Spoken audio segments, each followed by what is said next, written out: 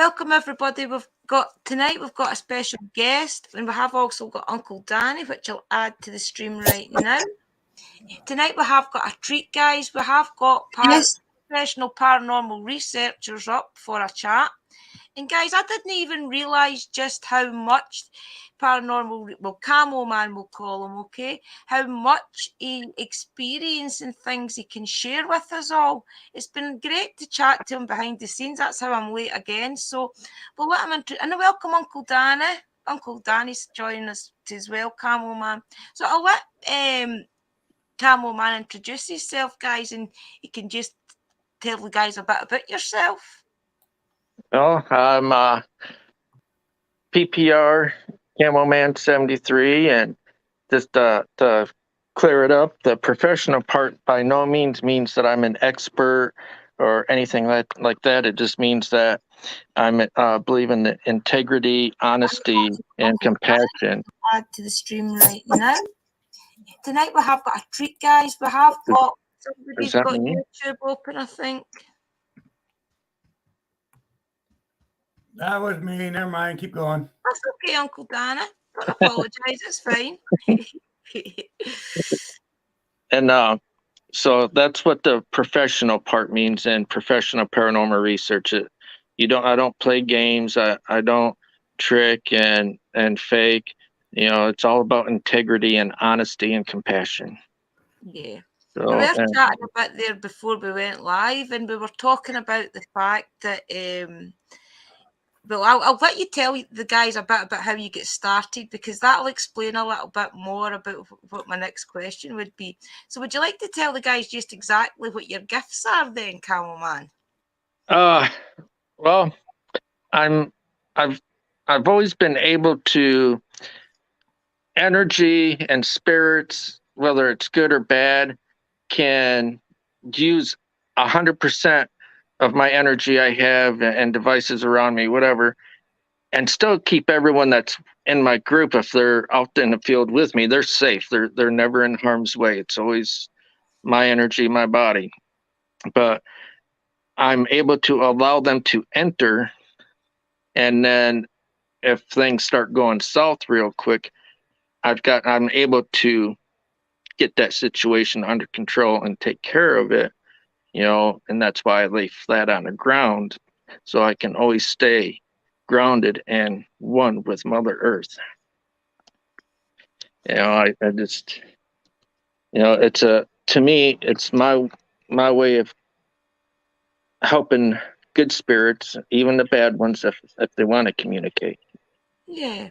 So have you had gifts when you were born then, do you think? Do you think this is something you've always had? Is the ability to communicate? Well, being able to do what I'm doing now, I don't know if I was born with it. I know that ever since I was young, a little wee then, I would see things and hear things that no one else could, and like shadows out of the corner of your eyes, things moving, and I just, as a kid, you don't know, you just kind of shrug it off. But then when I got into my teens, that's when my interest really peaked, and I started doing a lot of researching and, reading anything I could, Mormons and Buddhism and Catholics and, Methodists and all that stuff to figure it out. And just as years went on, the more research I did and the more experiences I had, I was able to hone in on that. Right. So you've always been able to feel the negative and the good spirits then, is what I'm trying to say, really. You've always felt the balance here. Yes. And I'm able to balance it out. Mm-hmm. So what type of things do you use your abilities for then, if you don't mind sharing? I only use it to try and help people to not be afraid of the unknown. Just because something is happening doesn't always mean that it's evil and bad. It could just want your attention to, it's like, hey, I'm here, and at the same time, let people know this is serious stuff. You better know what you're doing before you get into it. You can't go get drunk and then be like, oh, let's go to a cemetery. And no, you're asking for bad juju. Yep. I mean, I don't think I even realised how strong the bad energies would be until I felt the witch that time up at Lovers Lane. I don't think I realised just how intense it could be. So it's intriguing for me to talk to you and Uncle Danny, who's been in this field a longer time than any of us have been. Yeah. I know talking to Uncle Danny a lot of the times there's more twisted souls out there than there is demons specifically. Yep. Have you found that yourself, Camel Man, that there's more twisted souls than demons?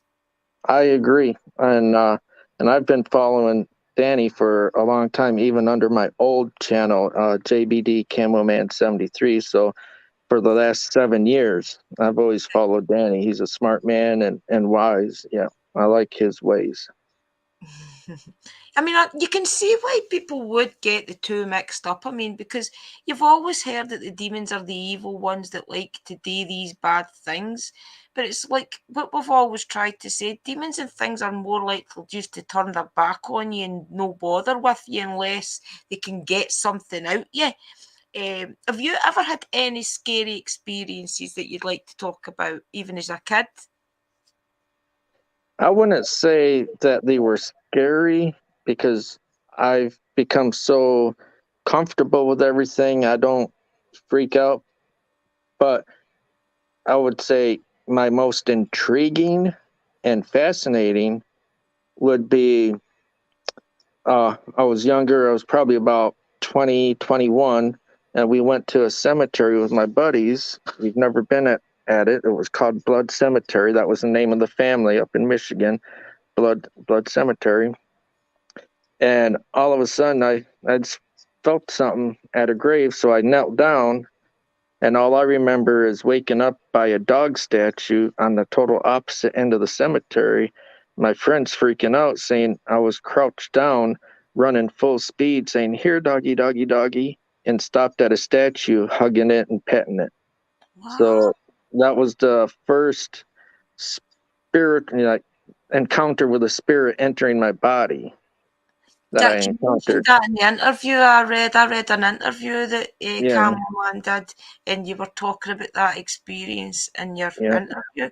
So have you had lots of experiences like that then, where you've kind of not blacked out, if you like, but maybe been took over? Well, now I don't black out anymore. I've like I said, you learn to fine tune your gifts and hone and meditate, and you to be able to stay in control. Right. So now I'm fully alert of when it happens. Like Halloween night, it was starting to happen. Right. It was a very bad energy, and I let it play a little bit, and then I was like, nope, that's it, that's enough, and cut it off.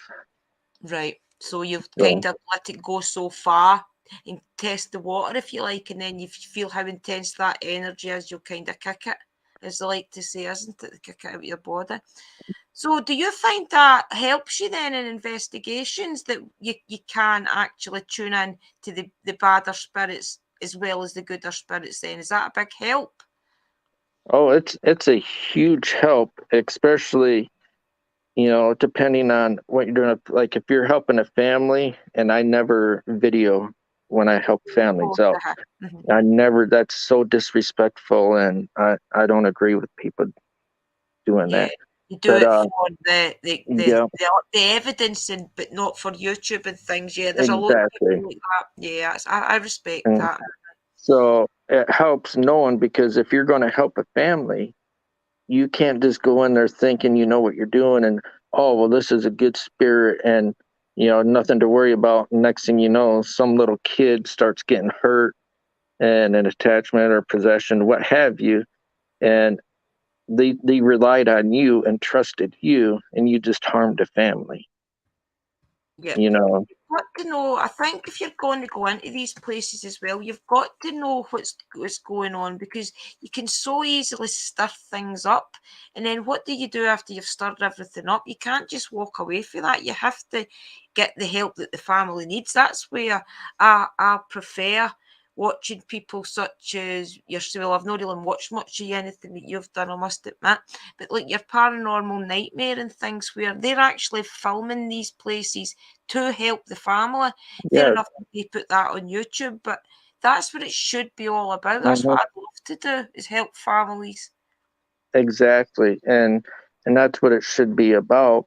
And that's, I've got a few people that really are my inspirations that keep me wanting to do this, because there for a while I was considering not even doing anything on YouTube, just do it all for my own, uh, you know, I guess Yeah. you'd say a hobby, even though it's not a hobby, but something like that. And not, and I've got a friend, the one that the interview you read, that guy, he's a chaplain, and Right. he even says that not every spirit, like the churches want you to think, are evil. Not everyone is evil, Yeah, for sure. but you got to know when you're going into a location, especially someone's house. If you open up a portal and allow evil when it was a good one, you just endangered them. Yep, you've just made things 1,000 times worse. Yep. Exactly. So what have you found is the better tools that you've used then? I'm sorry? What's the better tools that you've found to use? Such Uh, as your K2 meters and things. I do. I like trying to keep it as close, as simple as possible. I do like the K2s and RIM pods. I don't like using spirit boxes because there's too many false positives. Besides the sound being annoying and you can't hear what's going on around you, but that's doing a frequency sweep of stations. So you can be picking up an advertisement, an ad saying, what would oh my God, an EVP. No, how do you know it's an EVP? Or, part of a song saying, you got it now, or, things like that. You And you can't don't prove. hear it until you play it back most of the Yeah. time as well, which isn't Yeah. really helpful. To where me, that's why I like to live stream it so much, is you don't have no device, just a regular, either a simple recorder that picks up your voice and that's it, or let the people wearing earbuds and headphones listen. Exactly, and they've just got How 50 witnesses or you more. can't, then go ahead, try to debunk that. It's going to be a lot harder. So So what's it's one of your easy. favourite places you've been to then? Where do you think one of your favourites are?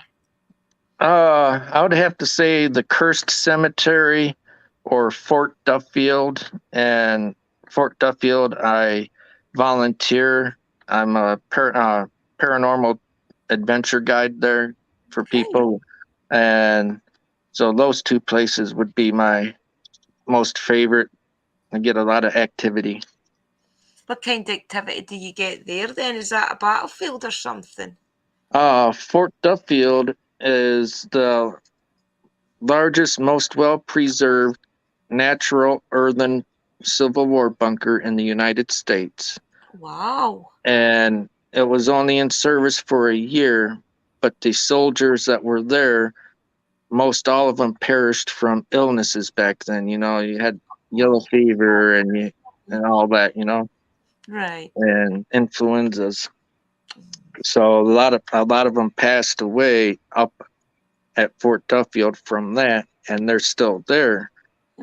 And the reason why I believe it's so strong there and haunted is you got two rivers, the Ohio River and the Salt River, that meet right there.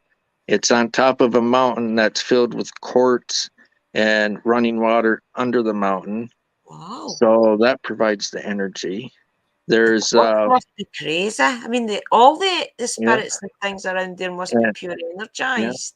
And then there's also, it's on a parallel line that goes, and the parallel line runs all the way to was it North Korea? It's either the 35th or 45th parallel line runs right through it.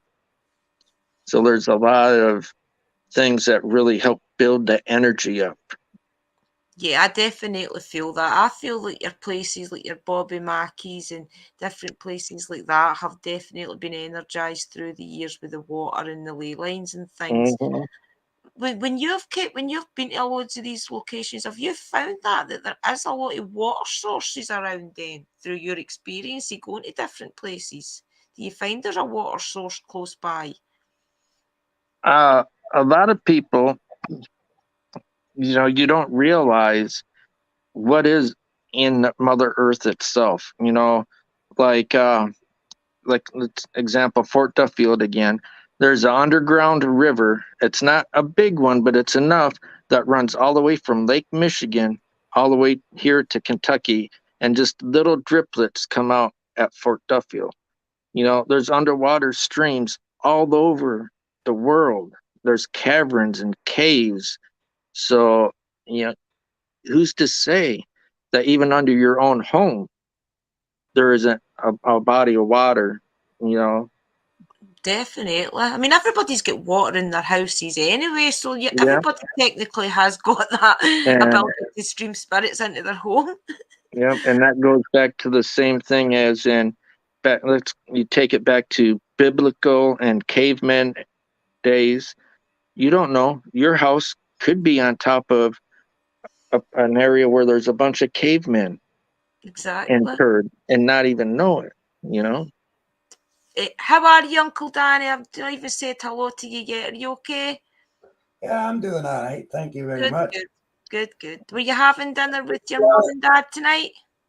What's that? Did you have dinner with mum and dad tonight? Yeah, yeah. Had a visit with them. It was nice. Good, good.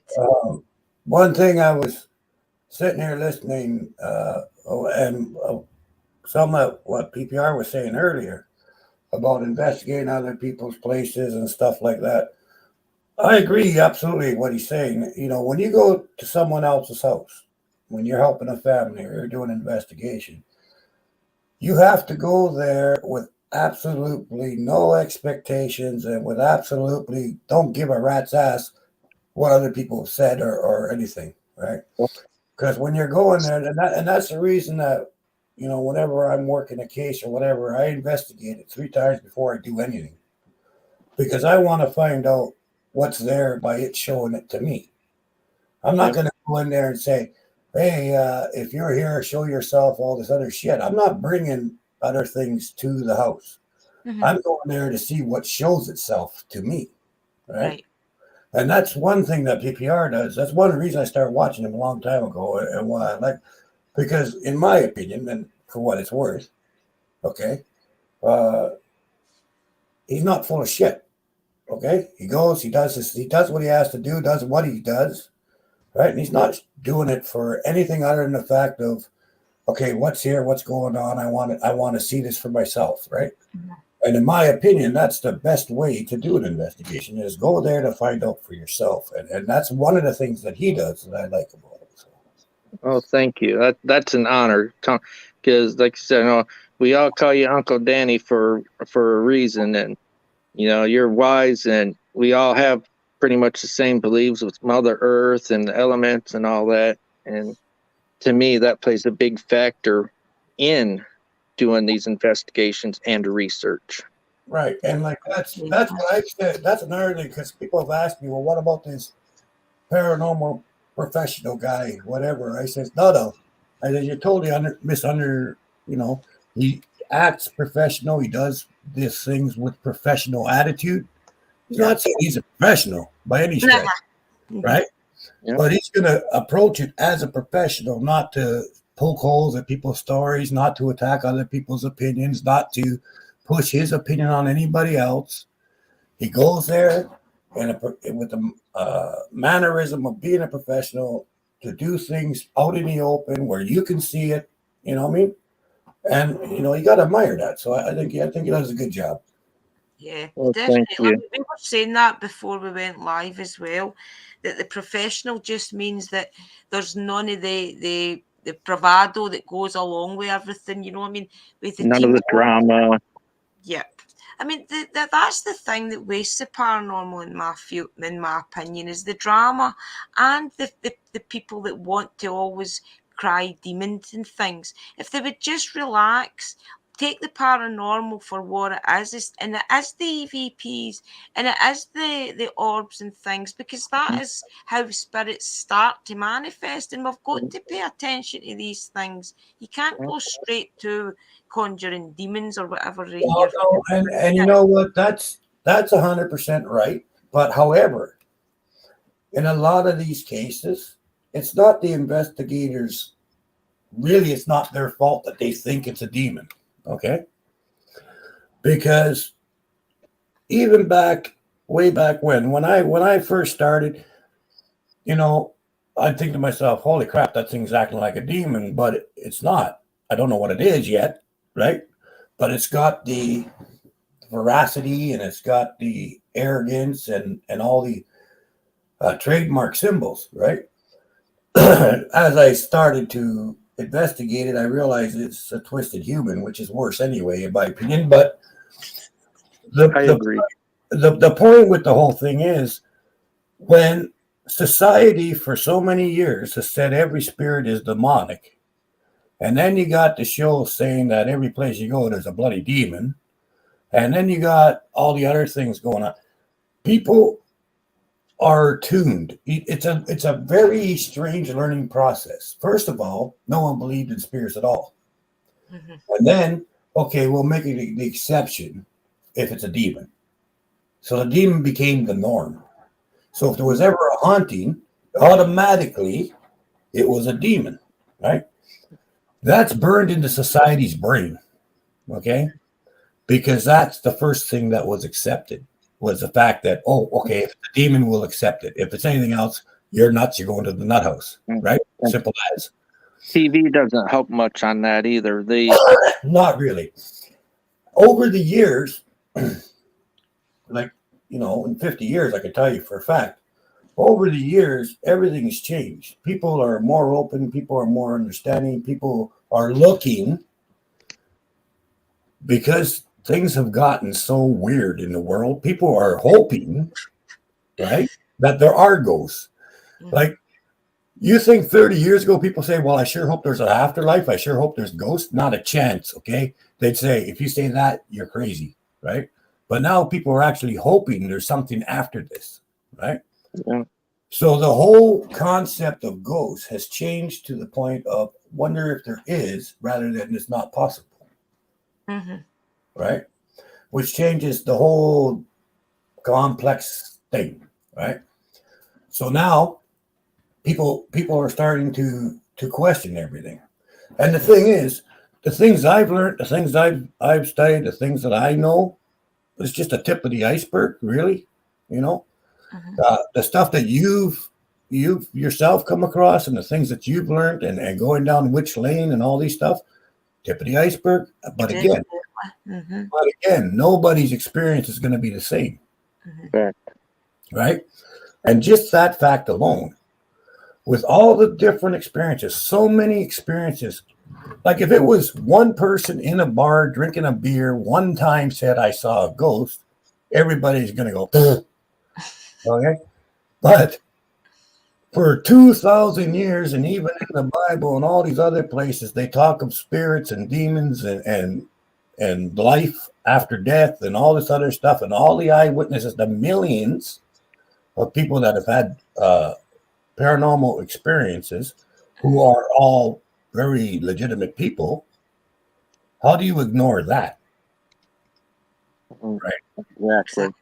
The fact that they can't prove it proves that it is. Yep. Nobody can prove it's here. Here's the thing. Everybody says, well, prove that this happens or prove that this exists. I'll tell you what, nobody can prove it doesn't. Exactly. So we got these billions and billions and billions of reports, and you can't disprove them. Okay? Isn't that proof itself? If you can't disprove something, if it's fake, if it's not true, if there's no such things as spirits and ghosts, how come you can't prove there's not? Yeah. Other than your own opinion. Yeah. And a good example of that is on my last live stream on Halloween when I was at the cemetery. Before I even laid down, I stomped around on the ground to make sure that the REM pod teddy bear was stable, and it didn't move. So I went ahead and I laid down, and that didn't move. I was laying there for about 35 minutes, maybe 40 minutes.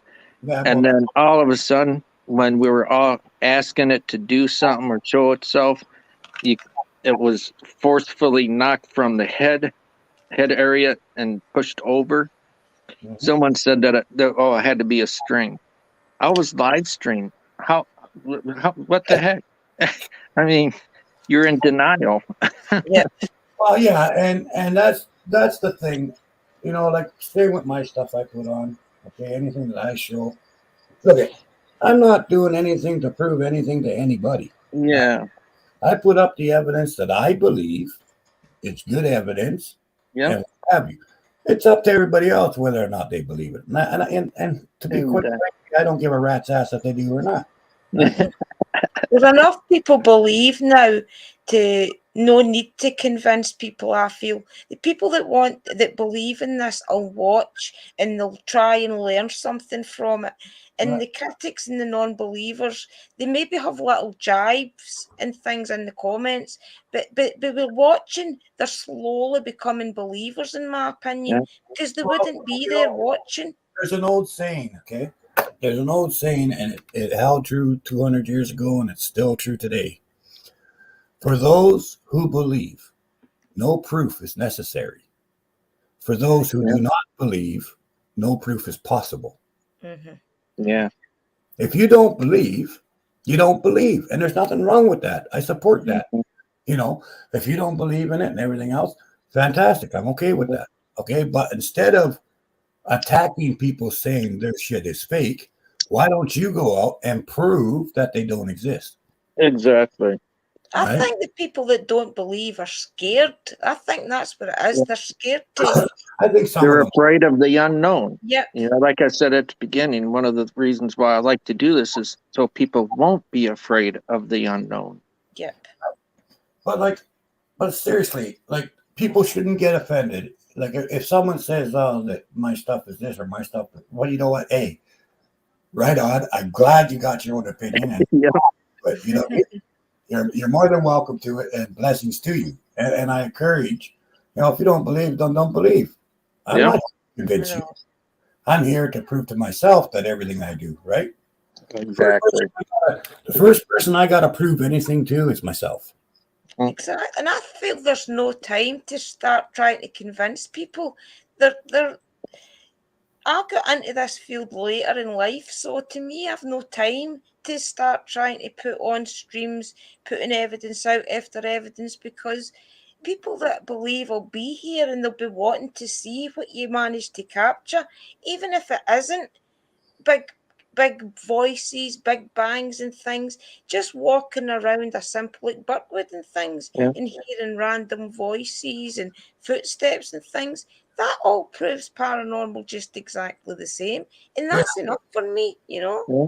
And that's the thing. It's like I've told everybody I've ever met, look go get your evidence, go do your thing. But there's a simple rule. If you believe it, share it.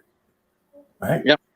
If you yourself, because we've all done it, we all do it. We go over our evidence and we go, I'm not sure about this. What do we do with that? Well, I discard it.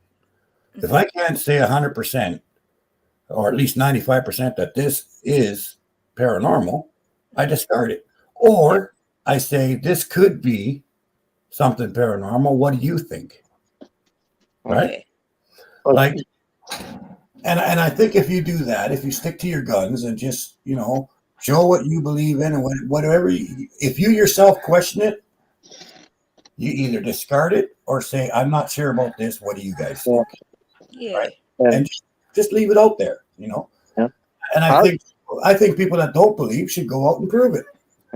I like to still, even if myself, I don't think it is, I still like to upload it or keep it up so people see the reality of paranormal investigation and research. You're not always going to get something. It's still about the learning experience and the adventure of learning. So I put everything out and then people can make their own mind. You know what I mean? People, like people got to make up their own mind. Yep. If I think that something might be another explanation, I'm not saying fake, but another explanation of something that happened, and I'm not sure why it happened, I'm more than willing to say so. Yep. Yeah. You know what I mean? In my mind, I believe it's 100% parent. I'll say it because you know what? I Yep. got no qualms in backing the shit that I do, right? Uh-huh. So if I feel it's 100%, I'm going to say, yeah, I think that was 100%, right? Yeah, you've got to be confident. Mm-hmm. Oh, and if I think it's, well, I really think it might be, but I mean, there could be another answer that I don't know about, right? Mhm. I'll say that. I'll say, look, I think it's paranormal, but it could be something different. Mm-hmm. What do you guys think? And then here's the kicker. Someone will say, well, maybe the wind blew it. And I'll say, well, okay. The chickies, for example. Well, why did that? All 5 chickies are like an inch apart from each other, and only 1 of 5 chickies moved because of the wind. Mhm. A couple seconds later, the chickie on the far side moved, but the first one and the other 4 didn't move. I don't think that's the wind because the wind Mhm. all move, right? Exactly. And that's what I do the same thing. Like that REM pod teddy bear. When that happened, and I got up, I picked up some leaves and let go of it to where you could see, and they just fell straight to the ground. If it was windy, it would have blown the leaves and would have been say, okay, it was the wind. Right, Mhm. and that's exactly all that you can do. Okay, Yeah. which is one of the reasons I like your crap, because you say, okay, look at this isn't this, it isn't that. I can't do anything else. So if you come up with something fantastic, but in my Yeah. opinion, this was paranormal. Boom, Yeah. done, right? And No and BS. sometimes I take it a step farther. I'll see something or hear something, but I won't even let the viewers know it because I don't like to implant pareidolia and the subliminal messages into their brain. I wait until someone says something and I'll be like, okay, then I'm not the only one. Mhm. So how can we debunk this now? Well, there's no way to do it. I do that too. For some of my cinemas I put up, I do half of the times I'll put like little words or little this happened, that happened, right? But there's 8 or 9 things on any cinema that I put up that I don't mention, right? On purpose. So that the people viewing it, if they catch it, I tell them good catch, right? Right. Yeah. Because And that's part of your clarification. Yeah. I seen it too, but I wasn't going to tell you. Yeah. And it's such a spot that unless you're looking for it, you're not going to see it, right? Exactly. So I always remember what you told us as well, Uncle Danny, that a lot of the time when you're looking for spirits, you look at eye level, but you've got to look up above because they can go anywhere. You've got to look in the trees. Yeah. You've got to look in buildings, the pareidolia buildings, what looks like pareidolia could be spirits, and don't Yeah. just always look at eye level, They yeah, can be anywhere. and looking up is really important because as human beings, okay, we tend to look straight ahead or we look down towards our feet to see where we're going, right? Mhm. Unless you hear a plane, what other reasons do you look up, Exactly. right? Mhm.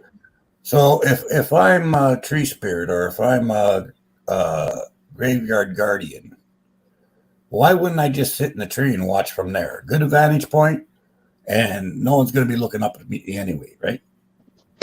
So Yeah. as a spirit, you could hide in plain sight. No one's even going to look at you, Yep. right? Exactly. I'd say that the majority of spirits are good. Well, in my opinion, that I've came across so far, the majority are good in the locations we've picked so Yep. far. I feel as if the spirits that want communication to get their story out, just to maybe hear another human voice, even just to hear their voice again, are the ones that will approach you and you'll feel the kindness coming off them. The ones that want to do you harm and things are more likely to be out at night in these dark locations where there's been a murder and things, where there's been abuse or something. So Yeah. just stay away from the type of places. And 90% of the time you're going to be okay. Is that what you used to kind of feel And that's I'm glad you're saying it, because that's another one of the gifts I have, and it took a while to learn how to control it and set the boundaries to the spirits and that, because how someone passed, I can feel that. All of a sudden, my chest will start hurting like a heart attack, or my neck will hurt like some sort of a decapitation, whatever. I can Right. feel that. And there's a lot of spirits. They're either lonely or they're confused because everything happened so quick. They don't know. They just want someone to acknowledge they're there and maybe explain or help them. Mm-hmm. Yeah. Yeah, I agree with that too. In all the work I've done, I don't know, 70% of the spirits just needed direction or guidance or Yes. chance to be heard, or and I honestly believe that 70% had no intentions of even scaring the people other than to try to get attention to them to say, hey, what's going on? Why can't you hear me? Imagine yourself, you pass, right? And all of a sudden your house has changed. New people are living there. Nobody can see you. Nobody can hear you. You're trying to get their attention. And you're doing this for 10 years, right? Nobody has even mentioned that you exist yet. Now you start slamming cupboard doors. Hey, I'm here. Yeah. Can somebody please acknowledge me, right? Because they don't know if they're just in limbo or whatever. All of a sudden they start slamming doors and people start to notice stuff. Yep. Well, isn't that going to inspire you to slam a few more doors? Mm-hmm. Right? Like basically, holy crap, somebody noticed me. So I'm not void. At least I'm not totally void because they noticed that, right? So now they want to try to figure out what do they do next. There's a lot of them that do that, right? Well, I believe 20% maybe of the really bad crap that happens, I believe it's all twisted humans, and they're not, right? I believe there's another 5% of different types of spirits that, So what turns them so twisted, Uncle Danny? What is it that makes them so twisted? Is it because they won't cross over? Or is it because they're just so twisted that they died and people are still alive? that's a little bit above my pay grade, but I can give you my opinion. Yeah. Okay. For spirits that never get any answers, right? Right. They become angrier and angrier and angrier, right? Spirits that stay behind because they want to stick around and protect their loved ones, okay? Now, 100 years go by and there's no more loved ones. The whole family line has passed away and that spirit's still here and can't find a door. Mm-hmm. How lonely and angry and upset is that spirit going to become when it's been there all these years to protect the family and the family didn't even notice to make sure he followed? Oh, right. Mm-hmm. So that could play a part. Right. Some of them have tarnished their soul so bad they just become twisted. Like Right. they decided to kill their mother, their brother, their sister, and eat parts of their body, and then they died. And well, guess what? Sorry, buddy, your soul is so burnt, nobody wants it. It's twisted, right? Right. So there's those three main, I think, ingredients to becoming a twisted, right? Right. But it's not, it's not from somebody. One twisted spirits for sure that I know of is suicides, okay, but not because they committed suicide. Mm-hmm. It's because of all the acts they did before the suicide and asking to become something more than they are, right? Right. And then they commit suicide. Now they're totally tarnished, right? They're going. Well, a person that's had a rough life, a really hard time, and has committed suicide because they've given up, that person will never become twisted. Right. Mm-hmm. Right? Mm-hmm. That person is just going to be a soul that is crying out for help, right? Uh-huh. It'll never become twisted because it didn't do it to become something different. Mm-hmm. It did it to try to find peace, Mm-hmm. right? There's a big difference. right?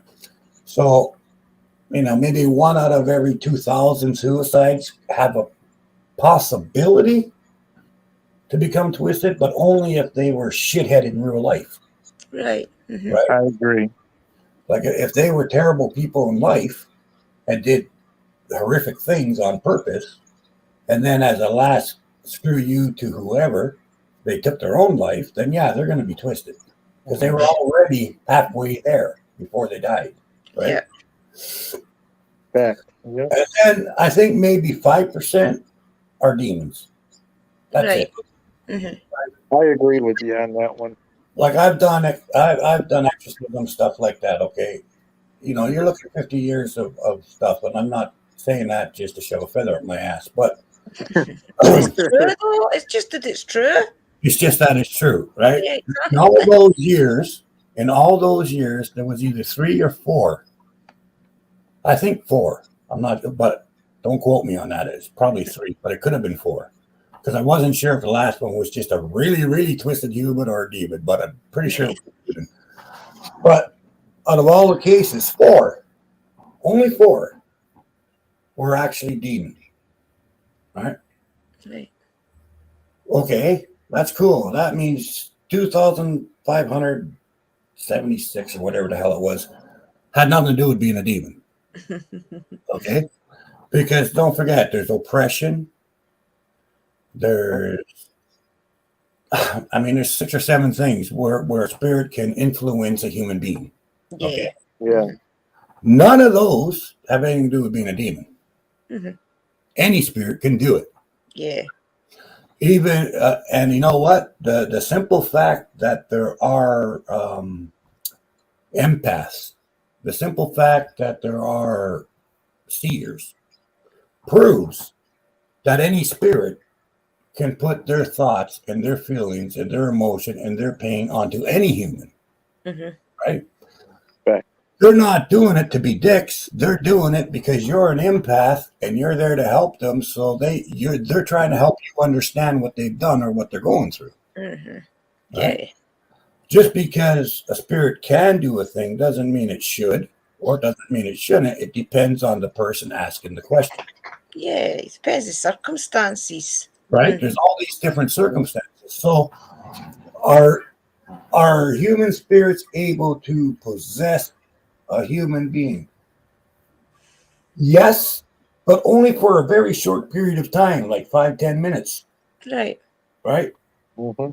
Because you got to understand, it's a human soul coming to another human soul. The owner of the vessel is going to kick out the other one if it gets annoying. Right? So it has to be something a hell of a lot more powerful to do an actual full possession. Right. Yep. It's that simple, right? It's like the ghost in your house has all the power of the house. If another ghost comes in and the first ghost that's been living there all these years doesn't like him, guess who's going to kick him out of the house? Yeah, they're going to clash. Right? The ghost that has permission to be there has all the power. Exactly. The other one's just a trespasser, right? So the ghost who owns your house, guess what? He's going to protect your house because he doesn't want to have people coming and sitting in, right? He doesn't want squatters. It's his house. Get the hell out. Yeah. Right? So the whole thing about all these spirits being demons and everything else, it's a crock of shit, in my opinion. My opinion is not necessarily those of Drew or people, but simply my own damn opinion. Like it or lump it. No, but Camo Man approves of what Uncle Danny says because I agree 100%. So see, once a spirit actually crosses over, then is that when they can come back to be shown as like a little kid or their teenage years or something? Is that when they can choose to be like that, or can they choose to be like that? They can choose they can choose it whenever they want to once they learn how. Right. Okay, when we're born, we got to learn to crawl. When we learn to crawl, then we learn to walk. When we learn to walk, we learn to run. When a spirit passes, how do I exist on this plane, first of all? How do I move from point A to point B, first of all, right? And a lot of spirits stay in their death state for 2-3 years because they don't realize that their energy can take whatever form they want it to. Once they realize that, they don't have to be in their death state anymore. They can look wherever they were happiest in life. If they were happiest as a teenager, guess what? They're going to become a teenager. If they were happiest as a young child, they'll become a young child. If they were happiest as an adult who was married with 15 kids, that's who they'll become, right? So I think that's why there's so many kid spirits, because most people are happier in their childhood. So I mean, it all depends, I think, mainly on the spirit's knowledge of its own life and its own thing. It's just like us humans. As we grow, we learn more and more shit, and we can do more and more stuff. When I was born, I couldn't drive a car. Right? Sorry, but I couldn't drive a car when I was born. I had to wait till I was 6 or 7. But I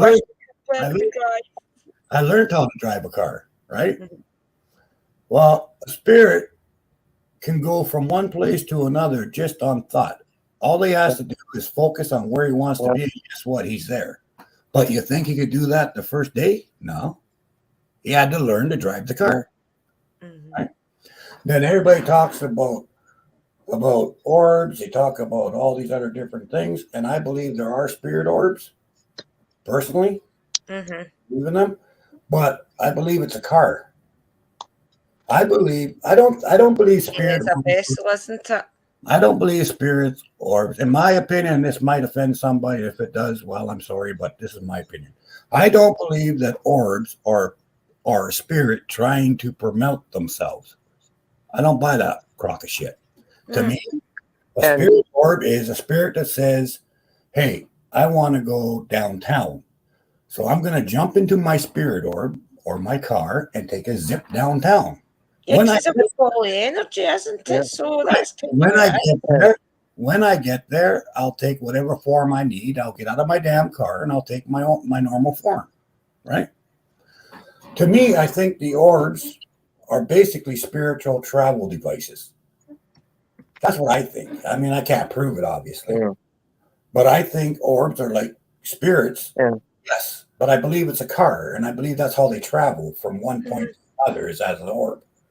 Right. And while you're talking about traveling, can I say something about the family spirits and about people wishing that? Okay, I've got the videos up on my channel. That's the only video where I helped a family.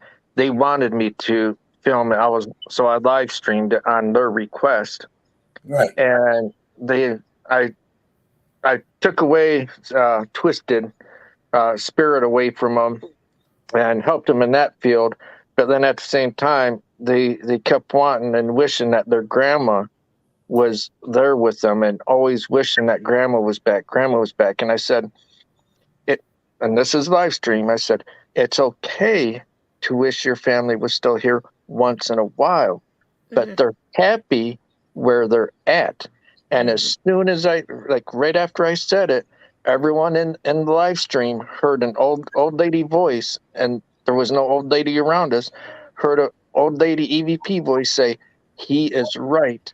And not even 30 seconds after that, her kids that were in a van about 60, 70 yards away with the doors closed, windows up, opened up the door saying, we see Mama, we see Grandma, we see Grandma, we see Grandma, all at the same time. And like Danny says, they have ways to be able to travel when they want to travel, just like everybody else, but don't wish that they would travel. They will come to you and visit. They know when we need them. Right. Don't take them away from that light, that happiness. Yeah.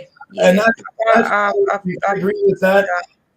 I agree with that 100%. But the other thing is people have to stop to realize too, when you're sitting there and you're thinking about someone who's passed, in my opinion, when you're sitting there thinking about it, unless you're being obsessive like that case was, if you're thinking about them, it's probably because they're thinking of you at that same time and they're already beside you. Yeah, see, I kind of believe Yeah, that. I trippy. believe if they come into your head out of the middle of nowhere, it means that Yeah, they're connected to you Yeah. somehow. or you'll be sitting there and you'll smell your grandma's perfume or your Or grandma's her famous cigar, pumpkin pie. and it catches your attention. That's just them coming to check on you and see how you're doing and say hi, right? Yeah. And I honestly believe that, and again, this is what I think. I honestly believe they come and go all the time, you know. Mhm. And I think when you're thinking of them, it's probably because they're there, Yeah. you know. And that's a total different thing to saying, I wish so and so was here. I wish so and so was here. Yeah, exactly. That's a totally different concept. But I think if you just relax and say, like what I do is, I say, hey, any spirits that want to come for a visit anytime from my family line or anything else, hey, you're welcome to pop in whenever you want to, Yeah. right? Not when you want them to, when they want to. When I need them to, they're Yeah, here. exactly. Right? If I That's need why them, I do my altar, is because I want to honour the fact that I know they're around me and I know they've got my back on the other side, whether you can see them every day, feel them every day or not. exactly. They're always there. They're always watching, right? They know what's going on. They know, and it's always been my experience when I need them, they're there. I don't have to ask them. Well, how the hell are they there then? Well, because they watch you. Obviously, they know if shit's going to happen. They're going to back you up, right? And I think the rest of it is when you smell their perfume or something happens or you just think of them out of the blue, it's because they're there with you, And that's my honest belief about it, Whether the rest of the world agrees or not, that's totally up to you. It's all about your own belief system. In my belief system, I believe they're always around. Whether or not they're physically around in the spirit world or they're watching you from some other place, I don't know, right? But I do know whenever I need them, they're there. Yep. And I do know I could be sitting here and all of a sudden I know they're with me and I can smell them, I can hear them, I can feel them, right? Yep. And I think that is a pretty strong indication, that they exist, because otherwise, why the hell would I even think about it? It's not that as well. I mean, many a time I've turned on the spirit box and different things, and I'll hear the names of like Billy, Stephen, and things. Why would a spirit box or an EVP coming through with their name specifically? It could be George, George, John, or Eric or something. Why those names? It's obviously because it's our spirits. Well, yeah, I mean, I use spirit boxes. I prefer the raptor box, but I know. I'll use those things. Those aren't for my use because I don't need them to talk I to know them. you don't need them. You hear them. I know. But I have it so that other people can hear it. Yeah, it's validation. I have all my equipment to show other people what I see. I have my trigger objects so you can see if something happens when I'm 200 miles away from them, they're still going off and stuff, right? That's not for my show. That's so that it gives you something solid to look at. Yep. You meaning anyone in the universe. Yeah. Having something to look at, right? And if something's strange that no one can explain, not even me, well, then that's paranormal. Fact. Exactly. It's fact. And that's the only reason, As for myself, like everybody says, oh, what gifts you got? What gifts? I don't got any damn gifts, none whatsoever. I have a toolbox, and this toolbox is full of crap that the spirits put in there. And when they need me to have a certain tool, they take it out of the box and they toss it into my brain and say, okay, away you go, right? I'm gonna make sure you get credited for that. But when people start asking me about mine, I'm gonna kind of use what you just said. But I'll make sure. Hey, Uncle Danny gave me the best way to describe this. It's not a gift. You go right ahead, use it all you want. But to me, it's just a toolbox, right? Exactly. Gifts, okay? None of the gifts I have are my gifts.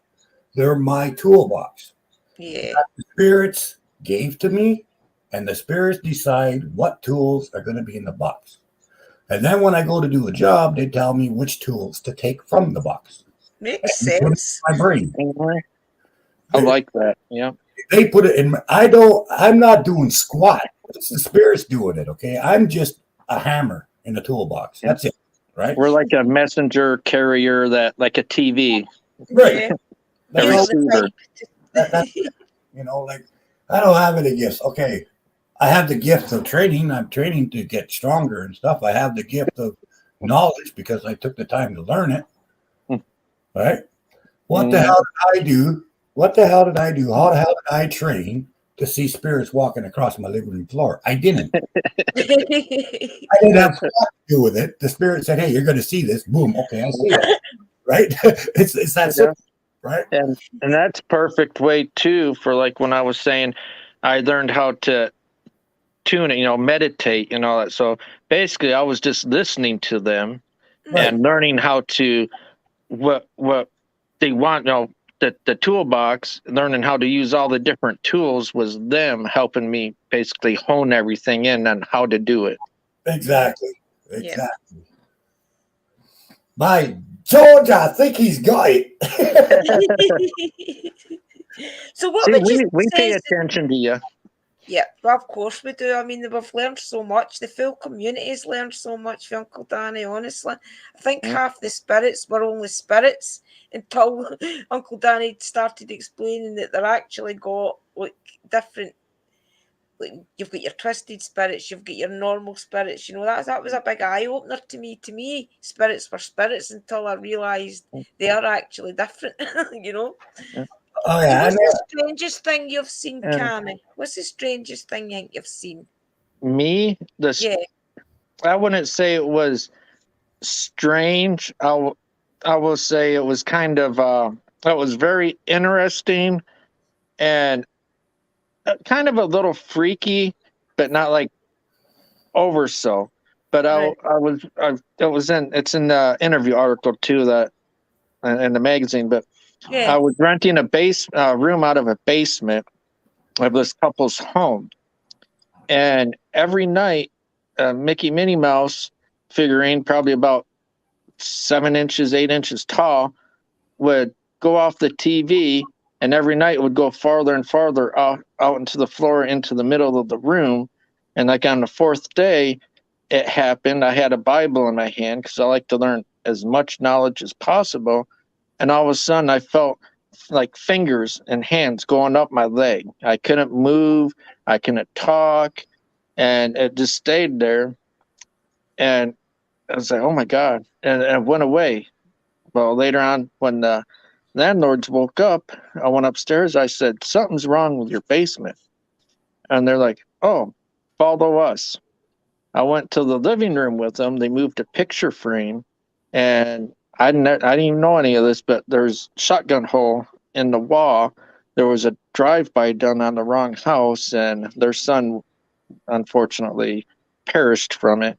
And I was sleeping in his bedroom, his bed, his blankets, his pillow. And that was his way of saying, hey, I'm still here. You're in my room. You need to go to the next one. Mm-hmm. And as soon as I went to the next room, everything was fine.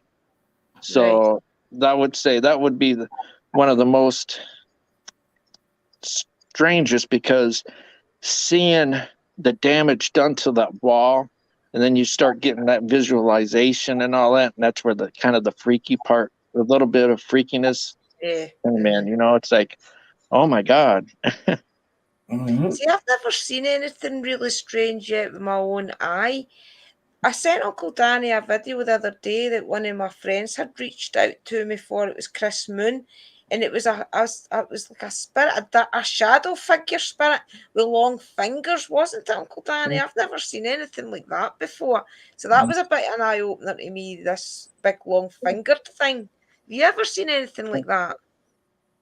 I have. I've actually got a video on YouTube, and I call it The Road of Souls, because on this 14-mile stretch of road, you got 5 cemeteries, a pet cemetery, one murder happened there, and several car accidents, very active. And as I was driving, I never noticed it. It was a viewer that happened to go back and watch the video and said, something walked across the road. and I watched it too, and so did Don. You could see a shadow figure. You could see the legs walking, but transparent, see through it, see the white line on the road, but yet a dark shadow walking across. Wow. And but I couldn't see it with my own eyes at the time. Mm-hmm. Well, the dark shadow at Greyfriars as well, but that wasn't with my eye. That was just in the video, quick as about 3 seconds it lasted, if that. But that was really strange to me. There was also another video I watched. I can't remember who it was. I think it was Omar Gosh or somebody, and it was like a kind of black slithering thing across the floor. I'm interested to know if you or Uncle Danny's ever witnessed anything like that, like some sort of slithering creature. Yeah. No.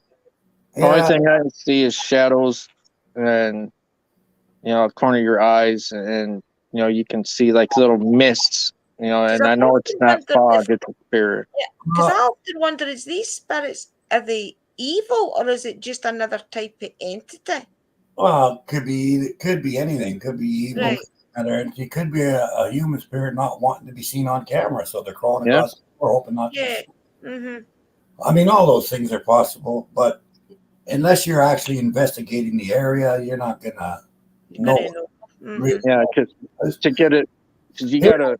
Well, I went to help out somebody at a house, right? Mm-hmm. So I walk in the house and I'm sitting there and I start laughing. Well, there's a creeper. All right. I look up at the ceiling. I see the creeper on the ceiling, and he runs across the top of the ceiling, goes into the kitchen, goes into the cupboard door of the kitchen. Right. I start laughing. Because to me it's funny, right? See, I think I would laugh.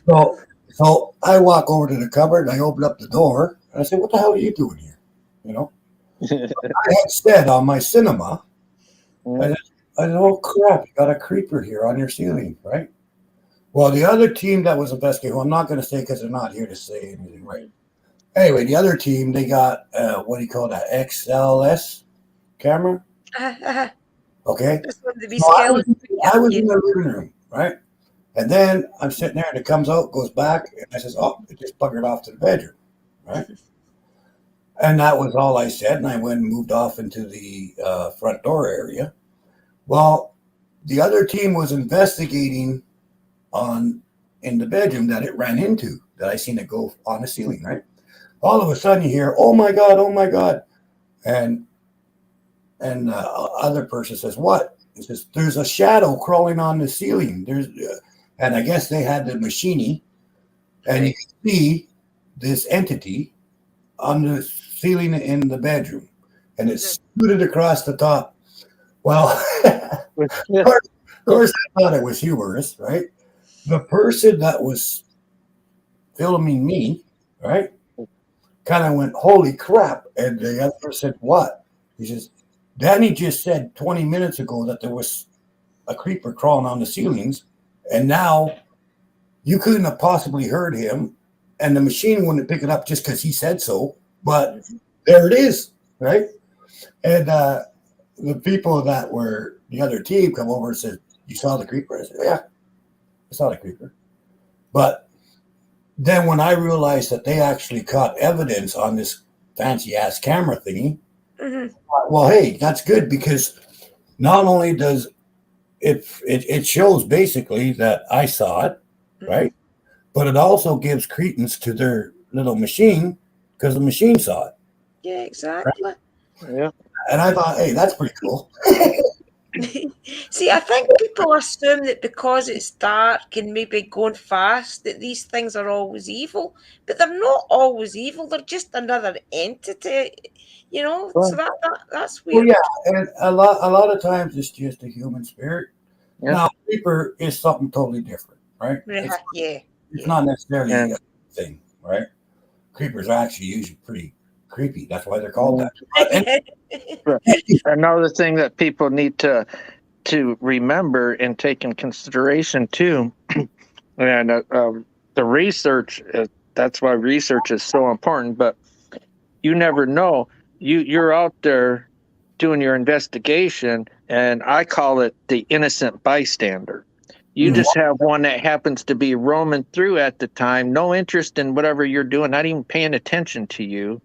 and just walking on by, and and here you are now. All of a sudden, you're interrupting them and invading their little, their time when they didn't even want to be messed with. They're just trying to go wherever they're going. Oh yeah, that happens all the time. I mean, there's Yeah. always spirits walking through places and walking. Yeah. Whatever. They don't even realize the place is there, really. Yeah.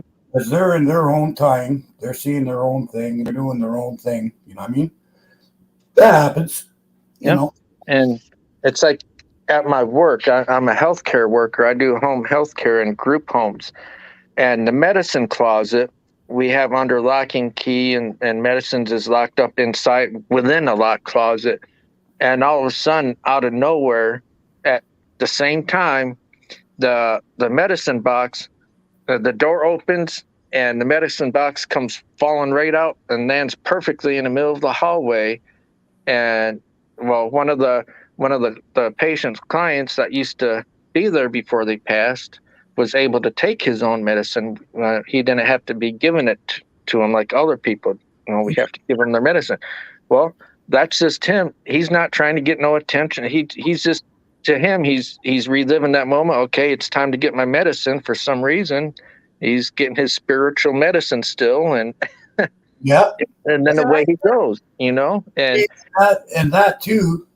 That's very cool, because that too proves they have to learn the new world, the new thing. Yeah. He doesn't need that anymore, but he doesn't realize it yet. Yeah, right? Exactly. He, and like what Uncle Danny said, sometimes it takes a use, maybe one. Okay, I'm a firm believer, and it's just me. Okay, say it's a slow learner, and I'm a slow learner. So say in real life, it took him 5 years to be able to really learn how to do something. And okay, well, another person learned within a year. Well, what's to say that it's not taking longer for this spirit to realize, hey, this isn't real anymore. I'm not a part of this realm, Yeah. See, that's what I want to be there for. I want to be there as a kind of vessel for that type of spirit that's either just realised that they're dead and they're maybe struggling, or just to give their voice. That's what I would love to do. And some are weaker than others, and that's why I like to especially once I learned and the spirits taught me of my ability. That's why I like to do that, and lay down on the ground and offer them some of my energy, help them, let them know it's okay. Don't be afraid. Share your story, or let us know. Do you need help to pass on? What is it that you need? Well, yeah, and you know what? That's the thing. Everyone gets different tools in their toolbox, right? Yeah. Now, I got that gift years ago where if I want to, I can let a spirit channel or do all that shit, right? Mm-hmm. I never do it, right? Like I just, that's just something I don't do. Yeah. Not because of any particular reason, but to me, I'd rather them just sit down in the chair beside me and we'll just have a nice one-to-one conversation, do whatever, right? Mm-hmm. I don't need to channel them. I've got the gift. I got a different gift that allows me to do the same sort of thing, right? However, the difference is, okay, and I imagine this is true with you, PPR. The difference is when you're doing your thing, it's not only communication, you're also picking up feelings, past memories, everything else. Exactly. Their whole life, that like a replay, like when they passed on, what flashed through their mind and their eyes at that moment is what you're seeing too, everything that they've done. Right. And I think the reason that people do that, okay, and I'm going with you because you're, my guinea pig right now. But basically, that's how you get to understand the situation clearly in your mind to know what to do next, right? Yep. Right. Exactly. Okay. So, and that's why those gifts are given to you. For me, I look at them, I can see everything through them, right? So my gift is similar in a way that, but I don't have to channel it. I just have to see through them. If that, Right. you see what I'm trying to say here? Yeah. So you don't need to channel them. Right. I'm more or less channeling them than them channeling me. Right. Right. And I think because of the different toolboxes that everybody has their own way of being able to understand the particulars to each spirit. Mm-hmm. Right. So in other words, what works for me might not necessarily works for you, but what works for you won't necessarily work for me. Right.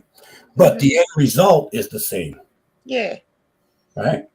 And So, I do believe that spirits know people's gifts, you know, like they'll know that I can't see them and hear them as such, like used to can, but they'll know that I've got a gift of empathy and things for them, you know. That's what I'm saying. Yeah. Each person has a main tool that they use. Okay. Yeah. Yours is empathy. You know, me, I left that in my other pants pocket. But everybody has a particular gift that they're good at. And the reason you're given that gift or that tool is because that's going to best help you understand what you need to do to help that spirit. Mm-hmm. Right. And so when people ask, well, how come there's so many gifts? It's not for us. It's for the spirits. Yeah, exactly. And Like, each is a role to play. Mm-hmm. You don't go to a heart surgeon if you stubbed your toe, right? You don't go to a brain surgeon to get your appendix out, right? You go to appendix, right? And I think same in the spirit world. The spirits go to the person that they know is going to relate to them the best. Yeah. Right?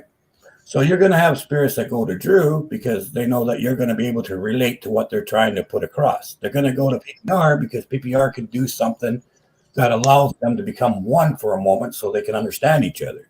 Mm-hmm. Right? They're going to go to me for a different reason. They're going to go to Mystical, who came late, but she's here. And hey, it's good to see you. But Mystical, you're never late because, well, for one, you're a girl. Guys are late. Guys are always late. No matter what, we're late. But when it's a girl, it's not that you were late, dear. You were just sociably detained. So, sociably detained. You're not late, dear. Okay. So, but really, I think a lot of our toolboxes are given to us in particular because that's the tool that we can use to understand the best. Yep. Right? We're all given these different gifts because that's the tool that we can use most proficiently. Yep. And you got to use them responsibly. Exactly. Yep. Hey, Crafty. Hi, Beth, Missy's. Big hugs.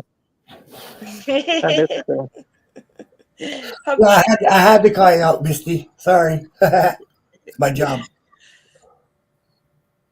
And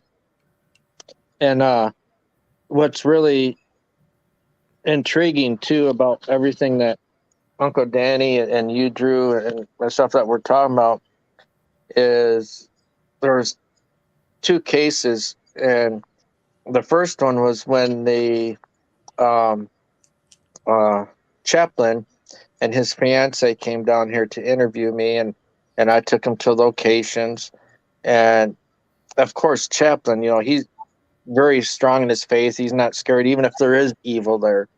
Well, his fiance was a little on the nervous side. It was her first time going out in the field, and when I took off all my protection and when I laid down and I took my Lord's Prayer ring off and I was holding the K2 meter, nothing electronic around me. I was probably 7 foot, 8 foot away from all that.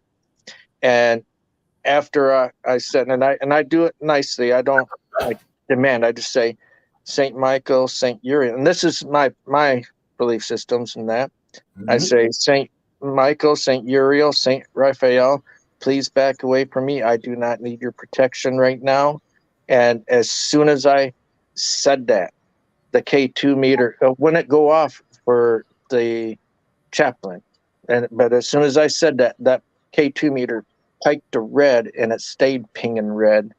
And she started freaking out a little bit. But once she saw that, and the word professional again, you being humble and integrity and compassion, all that, Yeah. she relaxed as soon as she realized that you really are in control when you got to stay focused. It's not a game. And when it was all said and done, I called what I believe the archangels back, said it's okay, put everything back on. And the reason why I do that is because there are some spirits, and my belief, my opinion, they're not comfortable with that spiritual level.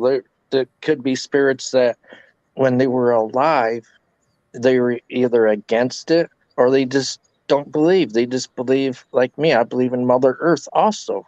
Right. So I take off the protections and anything with crosses on it out of respect for those good spirits. To they don't have to worry about. Hey, I'm Do you want to know mutual. what I've often wondered? See if it's a spirit's religion. Say supposing they were Christian. No, maybe supposing they were another religion, and a Christian minister and things tried to cross them over. Would that work? Well, that depends. Okay. Right. If you're using this is just my way of seeing it, and through the works I've done myself. Okay, so this is only no experience. Now, I have done cases where the spirit didn't even believe in Christianity, so you'd think that by using Christianity isn't going to bother that spirit or whatever. And one way that's 100% true. It's not even going to worry about it, right? Right. But it's not the spirit, it's the person doing it. If the person believes in their intention and believes in what they're using and believes in what, it's going to work. Right. Because in your situation. Faith is what gives it the power, right? Now, if a person's doing a cleansing and they only half-ass believe it, and the other spirits say was a druid and the one doing the cleansing is a witch or whatever, guess what? It's not going to work. Because you don't believe in the shit you're doing. If you don't believe in it, then it's never going to work, right? So I think a lot of it depends on that. I mean, there are some spirits that are just. I mean, if you don't use a precise sort of way to deal with certain spirits, ain't nothing going to move them. Okay, exactly. Fact. But it's all about the archy of the spirit realm, right? Like it's a whole different ball game. Generally speaking, if the person doing the cleansing of any sort believes in it 100%, it's the faith and the belief of that person that cleanses the area, not necessarily the cross they're holding. Okay. Within your own heart and mind. Right. The cross they're holding is only a tool. Right? It has no. If you put it on a counter, it's just going to sit there. It's not going to do squat. Okay. It's the person. It's their belief. It's their love. It's their strength. It's their compassion that has power. Okay. An object is just an object. Right. So if that person believes 100% that it's going to work, guess what? It's going to work. It's going to work. If that person has a little bit of doubt, then the other thing that they're working against has that much room to move. And you can't have any negativity. I always preach this to people too that really want to learn about like what you do, Uncle Danny and Drew, myself, and other people that what we do. You can't have not even an ounce of negativity or harmful thinking upon anybody. You got to be 100% positive, warm-hearted, nothing but love when you're doing it. Yeah. Yeah, And definitely. mystical is absolutely right. No spirit, you can't make a spirit cross over. You can make them leave an area. Yep. Okay? You can ban them from a location. That's not hard to do. To cross them over, they have to agree to it, or they're not going to go anywhere. Exactly. Right? Can't Like get nasty. you can cleanse a building and put protections on it and keep anything negative away from it.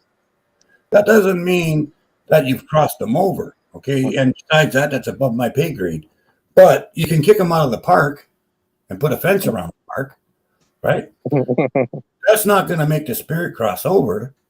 It'll just get them out of the park. Exactly. Right. So when it comes to crossing over spirits, it's not us that are crossing them over. We got nothing jack shit to do with that. Yep. We're giving them the opportunity in opening the door, whether they choose to walk through that door or not, and whether the other spirits on the other side of that door invite them in, then they cross over, right? Then they can cross. Mm-hmm. We can't make them cross, you know. We can ban them, yes. You know, we can ban them. We can send them back to where they came from, yes. But can we physically or spiritually cross them over? Not if they don't want to, right? Because it's all about freedom of choice. When you pass, you're still human. You still have freedom of choice. You still have the right to do and make your own decisions because you're a human spirit. Free will. Mm-hmm. So unless they agree to move on, they're not going to move on. Respect it. Right. You got to respect that fact, right? Like say, look, if you wish to move on, I'll help you any way I can. Mm-hmm. But in the end, it's up to that spirit whether they choose to accept the help, right? Maybe they're happy where they are. You know, maybe they don't want to leave where they are. Well, that's their choice. Lots of reasons. I mean, I do believe that once you cross over, I mean, you will be able to tell because you can channel spirits and things. Once you do actually cross over, I think a big weight would be lifted off your mind, you know, that you've finally got to the other side. You've finally atoned for anything that worried you. Do you know what I mean? I think you'd feel a big relief. That's possible. All I know is this, and this is what I was told by the spirit realm. Every spirit needs to tether themselves to where they initially are supposed to be. Okay. So if you think of tethers as little white invisible lines, for a person to cross over, I can be tethered to my bones here on earth. And whenever I want to come and visit my bones, I can just, there's my tether line and zip down to my bones, right? But another line goes to where I'm supposed to be, wherever that is, whether it's heaven or in a coffee shop drinking a cup of coffee, whatever. I got a tether line there to go there, right? And the reason you put the tether on is because eventually you got to go to where you belong. Eventually you're going to want to go where you belong, right? Mm-hmm. But if you don't put your tether there, how do you find it after? Especially if you've been wandering around for 20 years. Now, where was that again? That must turn them twisted as well, then, the fact that they've not crossed yet. Well, it can. Yeah, it can. But, I mean, again, it takes other things in order for that to happen, too. So, yeah. I think that a lot of the time the kids' spirits would be the ones that would struggle. Is that no? Because how do you explain to a baby to go cross? Oh, because everyone's got guardians. I mean, it's not like a spirits can pass. In my opinion, spirits can pass and not know they've passed. Right. A lot of things happen, right? Uh-huh. But I think, and this is just my wishful thinking, maybe, maybe it's pure bullshit, but Probably not. Probably not. But it's my wishful thinking that someone without knowledge, okay, like an infant or someone who is very disabled, they've got guardian spirits that are going to take them by the hand and say, come on, you got to come with us. That's what I was It's going to very say. rare then to find like a random baby spirit. Yeah, Then that would be rare. like in my world of reality, there cannot be a baby left spirit just hanging out because it doesn't know what to do. If the Right. spirit world is so uncaring about other spirits, why would anybody want to go there? Well, Right. True. You know, like to me, I would never leave a baby in an abandoned building just Mhm. because it doesn't know how to walk yet. I'm going to pick that baby up Yeah. home, and help it, Yeah. carry it. right? hmm I cannot live with the thought that another spirit would see a spirit suffering and not have compassion to help that spirit. And just walk away. You know, they're not just going to walk away and leave a baby defenseless. Yeah. Yeah. Exactly. Mhm. That's so far beyond my capable to comprehend that I can't even go there. Right? I agree with you. I think that's a kind of fear, though, in me that maybe I would come across a baby that I couldn't help or something. That's probably a fear in me. But thinking about it realistically, there wouldn't be any guides out there, whether there was somebody else's guides or the baby's guides that would leave it just No. lingering, you know. Yeah, I just Makes don't. me feel better. I think also for adults and for people who are of sound mind or whatever you want to say, they pass on. They don't know that they pass on. Mhm. There's a certain amount of, dude, you've got to learn the ropes and you've got to learn how to act and you've got to learn to be responsible. And so a lot of spirits will leave them alone, but at the same time, they let them know that they're around. You know what I mean? Yeah. So I think a lot of it is, you can't, for some, I don't think they're going to interfere with it because I think you have to learn the ropes. Everybody else does.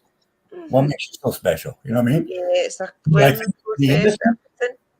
but I think for the innocent or the people that will never learn, other spirits aren't just going to leave them there. You know? I mean, I cannot and I will not accept that as a possibility. Right now, maybe I'm wrong. When I'm dead, I'll find out. But Yes, you we'll know, find out you then. know, when I kick off, I'll find out if I'm right or not. But in my heart, Bag will take over, Uncle Danny. and from the spirits that I've interacted with, right? It's not just a whimsical idea of mine, but the grove itself always is helping other spirits, right? Yeah. Especially the innocent. Mm-hmm. The grove has brought in people here to the grove that had no direction, that needed a place just to figure out what was going on, right? So just from that little bit of knowledge, I honestly believe anything that is innocent, right? Whether it's mental reasons or whatever, or because they're a baby or whatever, I believe there's good spirits out there, good Samaritans that are going to help these other spirits. Yeah. Mm-hmm. Like otherwise, what's the point of going?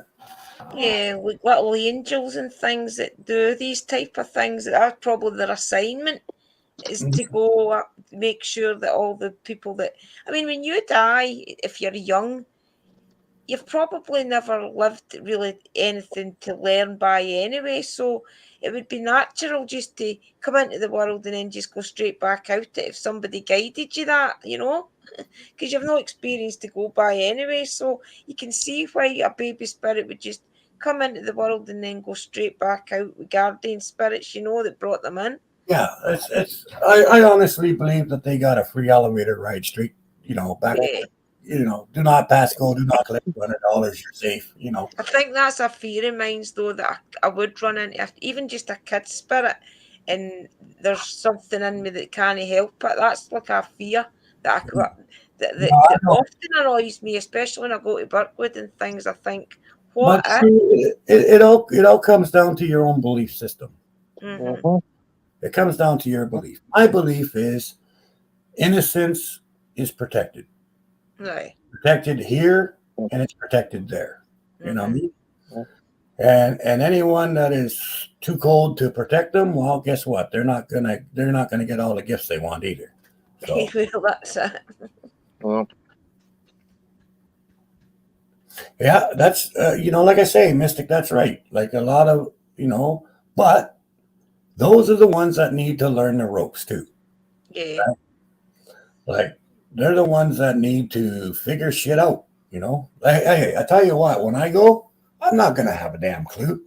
How am I supposed to know? I Yeah. see spirits now, so when I'm a spirit, I'm gonna see spirits then. Am I gonna know that they're spirits and I'm not no more? I don't know. You just don't. That's the thing. Nobody knows until we cross. Like I'll tell you what, when I walk through a wall or walk through a door or sink on the ground or whatever, then I'll say, hey, something's up, right? But will I instinctively know? Probably not. We're just gone, Michelle, sis. You come in too late. You come in just as we're ending. Yeah. Well, Hey, everybody, it's been great talking to PPR and Uncle Danny. It's great to just run. I love these type of streams where everything can just talk into a conversation. I did say to PPR that we would do it just as a chilled out chat, and I think it really has worked. Guys, all PPR's links are going to be in the description below. His Facebook, his YouTube, and everything. His link is already there. If you want to click it after the stream ends, it will take you straight to his channel. Give him a subscribe and a follow on Twitter and things. I didn't realise just how much knowledge that he did have until I started reading a bit about him. So it's been great to chat to you, and I hope that you do come up again, Camel Man. Would that be okay? Oh, yeah, anytime. And, I've even got a few friends that, you can talk to that, that I trust, like how you and we trust Uncle Danny, and Yeah. we really, he's legit, he's smart, he don't pull no strings, he don't bull crap, he don't, is straight to the point, crazy girl, paranormal oddities and adventures, she's legit, Brilliant. Ezekiel is Definitely legit. need to get her up and get a chat then. I would love to get a panel together anyway, and maybe you can be part of it. And we'll definitely get I, more chats like this. I need to I talk. would like to invite you and Uncle Danny, because the horror author, the chaplain, him and it was his mutual idea, but I give him the credit for it. On my channel, once a month, we're going to do a panel. He'll be up there too. He is Right. a chaplain, and he's into the horror too. And he's even done exorcisms. But we have him, Crazy Girl, myself, and another lady, Vicky from Reflections of the Paranormal, who's like you are. And I would love, sometime have you guys up on that panel. And what we do is like what you just did tonight. We let people ask questions. We help people understand the reality of really what a paranormal investigation research is really about. Yeah, I'd be up for that. Me too. That would definitely let me know on Twitter. Templar asked a question, and I'll give you a generic answer. Sure. A gray witch can either be someone that doesn't choose sides at all and just kind of stays neutral, but there's another type of gray witch, which is basically an eclectic witch, which basically she goes out and what is useful to her, she absorbs for learning and studies and stuff like that, and for her spell work and everything else. She's an eclectic witch that basically she's not using it for good or bad. She's using it for education. So those are the two different types that I know of. So there might be 5 more for all I know. Yeah. I'd say I'm a bit of a grey witch, guys, to let you understand, because I do know the dark side of magic and things as well. I have researched that side of it. So to me, a grey witch is somebody that knows both sides of the practice. Yeah, but uses it for the accord. Yeah, I wouldn't use dark magic anyway, unless I thought that it was something that was going to harm my kids or something that I could help by, something like that. But I would never use it. I didn't think you would mind. So I went ahead and dropped Crazy Girl's link in the chat for you and everyone else that Brilliant. I'll just click that just now. Okay, guys, I'm out of here. Blessings to everyone. There, everybody. Yeah, Uncle me too Danny, as well. great to hear from you. Sorry. You're okay. You too. Okay, see you guys. Bye Okay, bye. Uncle Danny, speak to you soon. And I'm going to hop on down too. Thank you so much. It was an honor. You're more than welcome anytime you see me go live or I've got a panel. You're more than welcome to come up, Drew. Oh, I'll be over, And, definitely, when I see you and live. Mm-hmm. so thank you so much. So thank you for coming. It's been a privilege to talk to you, honestly, and I can't wait till we get our next chat. Honestly, it's been great. Thank you. Thanks. Bye-bye. Bye-bye. Well, everybody, it's been a great stream. It is 1 o'clock. Well, it's actually 10 past 1 here in Scotland. So I'm going to drop off and go chill out for a little while before bedtime. I love these chats, guys, and we are going to do more, as I just said. We're going to start getting into the nitty-gritty of the paranormal and start seeing if we can maybe dive deeper into where these entities and things come from, or our opinion on where they come from, and maybe it'll help people to stay away from these areas, and then we won't run into bad spirits and evil spirits and things as much. So we'll try and get down that line of research, and we'll try and find just a little bit more out about what goes negative and what goes positive in our field, and what we can do to help up and coming researchers. So everybody, I will go for now, and it's been a privilege talking to Uncle Danny again as always, and I'll see you all soon. So blessed be and have a good week, guys. If I don't see you, to probably Thursday.